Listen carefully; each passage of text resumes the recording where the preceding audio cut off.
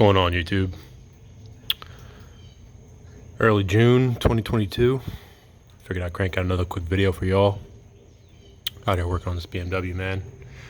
Y'all know how it is. Summertime, so we're drinking light today. If you got a beer, cheers. If you don't have a beer, go grab one, man. Might as well. It's 5 o'clock. But in any case, man, want to go ahead and crank out a quick video for y'all. I got a suggestion from a viewer. Always appreciate those. I enjoy interfacing with the YouTube community. You guys have been pretty awesome, especially doing a swap like this. It's definitely something unique and something I don't see a whole lot of. So it's nice to interface with other folks that are interested in doing the same thing, or just have an interest in cars in general. So I appreciate y'all. But in any case, the viewer said put together like a lessons learned. It's kind of what I put together here, which I'll talk about in a second. But you know, I kind of got cracked into it because I'm trying to put together air conditioning on this guy, and you can see one of my AC lines right here snaking its way back. Got a new dryer on there, and my Chevrolet 1020 SF compressor hanging out down there in the bottom. A little hard to see. Hopefully you guys can see it in there. So I'm going to be working on a different video format than what I have been doing in the past, which is basically talking for 10 minutes, ending the video, and then posting it on YouTube. I'm going to try and work on some editing and try and have some continuous footage of me working on, me working on the car. I know I enjoy seeing people work on cars, so maybe that sounds weird, but that's kind of what I want to do.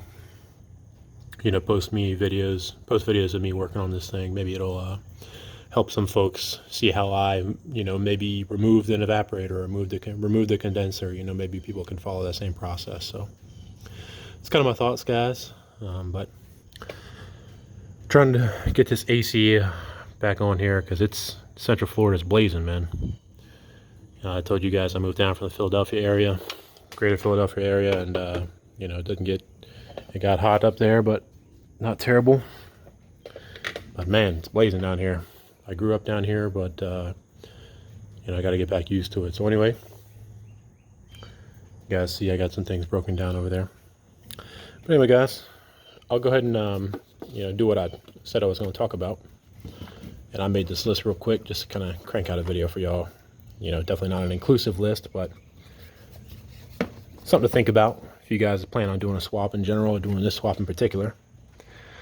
So I guess I'll start from the top. These have no particular order. I'll let you guys read them over real quick.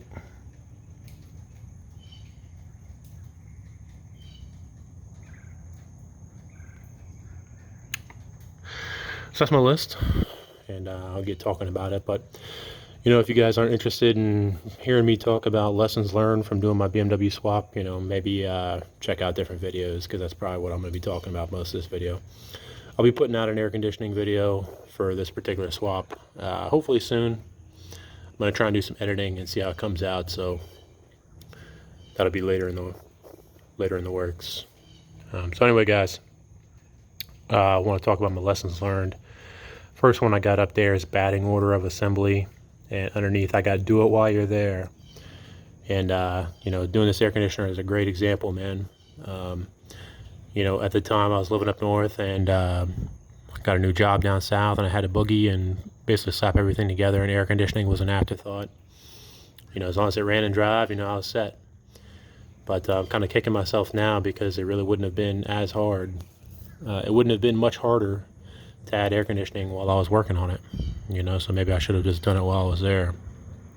Another thing to think about is if you guys are pulling junkyard motors, don't put a junkyard motor in there without swapping your rear main seal, man, or doing some clutch work, or doing some hard to get to sensor work. Try and do that stuff while you're there if you can swing the payment, man.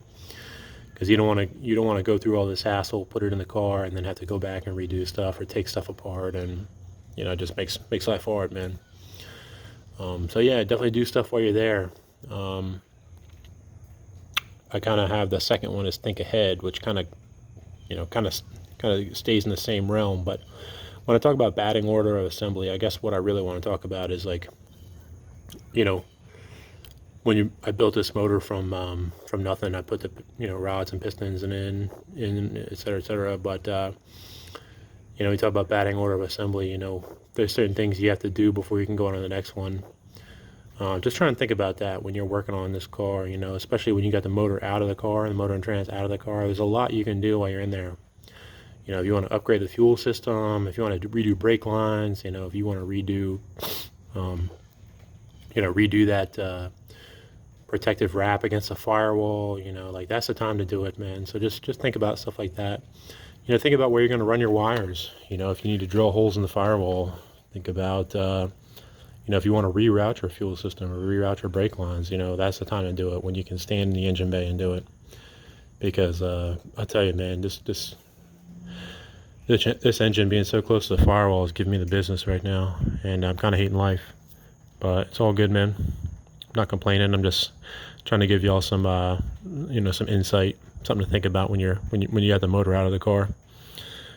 Think about placement. Where you want to put your electronics, where you want to put your fuel pressure regulator, or your PCV catch can, or whatever it is. Just think about stuff like that, guys. And then think about when the motor is going in there, how's everything going to fit, so that's kind of what I mean by batting order of assembly. Try and think about what you can do while you're there, or what you should do first while you can do it, and it's easy to do. Putting these lines in, these AC lines, is no problem at all, man. It's 2 bolts. It's really nothing. It's nothing serious. It's where they are. Is what makes it hard. So just think about that, guys. I got think ahead. So I put parts purchase, future plans, which is nitrous and turbo. We'll talk about that in a second. Tools, especially special ones or one-off ones, especially like brake stuff, brake bleeders. If you got to make hydraulic hoses or AC hoses, special tools come with that. And then fuel system, that kind of gets back to the future plans. But as far as thinking ahead for parts, you can't you can't put your cylinder heads on until you got your pistons in, right? So just think about that when you guys are doing certain things. Trying to buy parts, look at parts, try and think about everything you need. That's really all I can say is, it kind of goes hand in hand with budget, but just think about everything you need when you're trying to do a job, because it's in most cases in automotive, it's all or nothing, man. Like air conditioner ain't gonna work if you don't have every part working. Same with the motor, same with the trans, same with everything. So just think about all that stuff, and make sure it's in your budget, man. Future plans. This is a good one because I wish I kind of thought about this more. This motor has bore 30 over. It's a 4.030 bore, and it's got forged rods and pistons, but the ring gap is set for naturally aspirated. So I'm kind of like kicking myself right now because if the ring gap was the right size, I think it's 16 thousandths is the top ring and 24 thousandths is the second ring. But if the ring gap was the right size, I could just add nitrous on this guy and probably jump up to 700 horsepower. Without much effort. Nitrous is, I think pretty trivial to add on. So I'm kind of kicking myself as for why I didn't do that. So that's kind of what I mean by future plans and thinking ahead. If you think you're going to want more power, and you probably will, for those that like to go fast, which is probably me, you're probably going to think about adding more power down the road. You're going to get used to the power, and you're going to want a little more juice. So just think about that as you build your motor, as you build your trans. As long as you guys can swing that stuff, swing the money, that'd be my suggestion. I should have built this motor for nitrous or turbo. I should have like opened up the ring gap, and it's got forged pistons and rods. It could handle it. This thing could probably handle up to 1,000 horsepower if I had the ring gap opened up. So kind of wish I would have done that. If I want to do that, I got to take their heads off and pop the pistons out and open the rings up, and I don't know, it's a pain in the butt. But that's kind of what I mean by future plans, guys. Let me cross that out. So I'll talk about tools. Just make sure you guys have the right tools you need. Sometimes I've been waiting on tools to come in. This is a good case. I'm doing the air conditioning, and I'm waiting on this AC hose crimper to come in. So if I had that tool, it probably would have been done already. Maybe not, but a lot of specialty tools come into play when you guys are, doing motor swaps or engine swaps. Like, I had to go buy a welder. Never welded before in my life, but had to go buy that. So just factor that in when you guys are doing this stuff. Think ahead about your fuel system, man. Think if it's going to support what you need. Especially if the motor is out of the car, you can upgrade your fuel system pretty easily. Like, if your car is up on stands or up on blocks or whatever, upgrading the fuel system really isn't a big deal. But now to go back and do it after I have everything in here makes it a little bit harder. It's not the end of the world, but it would have been easier with the motor out of the car. So just think about that. End goal. I talk about power to weight, daily driver, drivetrain, suspension, torque, and horsepower. So I guess power to weight's a good one. I used to have that R1 motorcycle. I sold that guy. A little sad about it, but it's all good, man. I wasn't riding it too much, and sold it to a younger guy who was just getting into bikes. So I started on an R1, and he's gonna start on an R1, so it's all good. But what I want to talk about is like power to weight. I would like to have this car a little bit more power to weight ratio, and I think to do that I would have to add like turbo or nitrous. So just think about that before you start down your venture, because if you get in the car and you put this 6-liter in here, and it's just, this is not a slow car, let's put it that way, but if you're expecting more than you're going to get out of it, you might not be too happy. So just something to think about. Take a look at that. Think about what you want your car to be like, because power to weight's really going to dictate that. If you want your car Corvette fast, you're going to need a lot of horsepower because it's a heavy car. If you want your car motorcycle fast, you're going to need a lot more horsepower.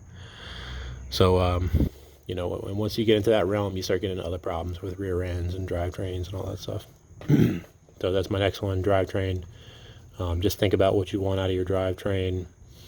This car has a factory 315 rear diff, and I would like to swap that out, but it's like, where do I get one? The only one I know of is out of an M5 from an E39, and they want big money for that. So like, if you go to swap a car, maybe BMW is not the best one for you. Maybe a Mercedes is, or maybe a maybe older Camaro where parts are easy to get your hands on. Maybe you can upgrade to 373s with no problem. So just think about that before you go down your LS swap journey. I have suspension was next. Just make sure your suspension can handle the speed that you want to go. This car was built for the Autobahn. It was probably pretty well equipped to go quick, but it was a pretty bouncy ride, which was nice, a very compliant ride, I probably should say. But I upgraded to stiffer springs and shocks. So think about that, with what you want to do with a car. And I got torque versus horsepower, and some people might have thoughts about this in the comments, but my opinion is torque gets you off the line, horsepower keeps you going, keeps increasing your speed rather. And horsepower, I think, is just torque over time. But I think torque here in America, a lot of times the speed limit is 70 miles an hour. Torque might be a little bit more fun on the street. If you're going to go beat up the track, maybe horsepower might be something you want to prioritize. If I was going to get more torque out of this, I would probably stick with a truck manifold and maybe go with like a truck cam, and even consider doing like a 408 stroker. Maybe get some longer stroke and get more torque out of it. So if your goal is stoplight, more torque is probably going to be your priority. If you want to cruise haul ass down the highway and get do 40 rolls, 60 rolls, you know, you're probably going to want horsepower. You know, the rear ends on this car aren't really conducive to stoplight to stoplight. You know, this has a 315 rear end, and I think later E38s had a 293 or something because they were built to be on the highway. So just think about that stuff, guys. Budget, yeah. This might be one of the most important topics, if not the most important. You see my first bullet, it's going to cost more.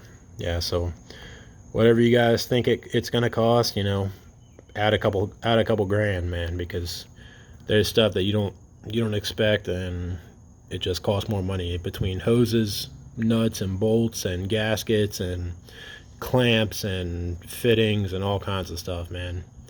You know, you can definitely do it cheaper, but it's gonna cost more than you think it's gonna cost. You know, if you want to do an LS swap for $3 grand, you could probably do it, but you're probably gonna be stepping into that limit. You know, and it's like, what are you gonna get out of it? So it's gonna cost more than you think. I have know your limit on your budget, so know that before you get going.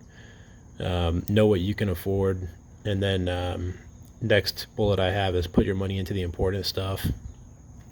So important stuff is what I would say is like engine and trans, probably. You know, everything else you might be able to skimp out on, but once you get the engine and trans in there, you don't want to take that stuff back out, man. But like fuel injectors, you know, how hard are those to replace? Really not bad. You know, hoses, clamps, stuff like that. So that's not hard to replace. But you want to make sure you get it right the first time with the engine and trans. Next, I got custom stuff. So this is a BMW. I'm not aware of anyone that makes engine mounts and trans mounts for this car. So you might have to make them yourself. So just think about that and what you need to do that. You know, angle grinder, welder. Next, I got engine and trans combo and how it fits in the car, and where it fits in the car. So one thing I wish I really would have done was gotten like a longer transmission, because I used the factory E38 BMW trans cross member, and it put my engine so far back in the engine bay, which isn't a bad thing, but it just makes it hard for everything else. You know, fitting for the exhaust, fitting for the fuel system, you know, just made a lot of other stuff pretty hard. So if I had a longer trans, you know, it might have made life a little easier. So just look at your dimensions. You know, if you guys are going 4L80 or 4L60 with a 6-liter or a 5.3 or turbo, whatever, you know, just try and research some of those dimensions and where all that stuff's going to line up in the car. A lot of that stuff's readily available online. You can look up a lot of that stuff. So just think about that, guys, because you might be thanking yourself down the road when your engine and trans just drops in and everything fits, you know, and you got room to work. You know, you're not hating yourself.